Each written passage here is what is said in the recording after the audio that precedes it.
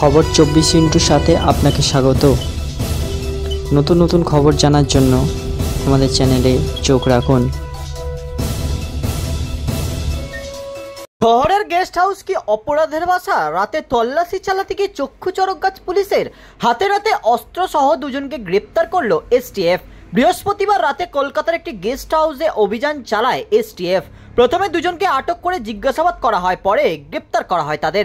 গোপন সূত্রে পাওয়া খবরের ভিত্তিতে এসটিএফ এর গোয়েন্দারা এজেসি বোস রোডের একটি গেস্ট হাউসে অভিযান চালায়। ধৃতদের নাম রবিশ কুমার, মিরজ মালিক। তারা দুজনেই বিহারের বাসিন্দা বলে জানা গিয়েছে। তাদের কাছ থেকে দুটি 9mm অটোমেটিক পিস্তল, 18 রাউন্ড কার্তুজ উদ্ধার হয়েছে।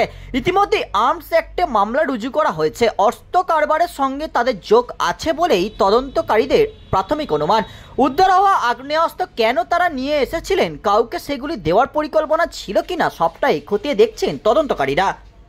কিছুদিন আগেই শিয়ালদহ থেকে উদ্ধার হয়েছিল আগ্নেয়াস্ত্র, আর এবার এজেসি বোস রোড। খাস কলকাতার গেস্ট হাউসগুলিকেও কি নিরাপদ নয়, প্রশ্ন উঠেছে। একদিকে জাল পাসপোর্টের রমরমা চলছে, পাসপোর্ট থেকে আধার কার্ড সব নথি জাল করে অপরাধীদের বাড়বাড়ন্ত চলছে বলেই তথ্য সামনে আসছে।